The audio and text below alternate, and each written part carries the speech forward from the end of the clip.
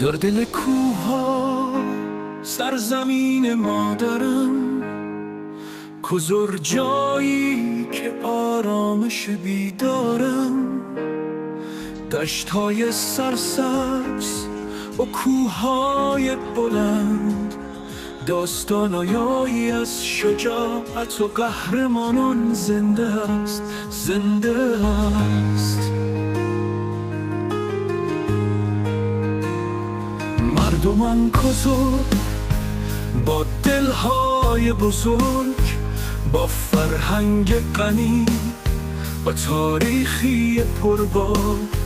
هر گوشه از این سرزمین بویی از خاطرات، زخمای جنگ و عشق.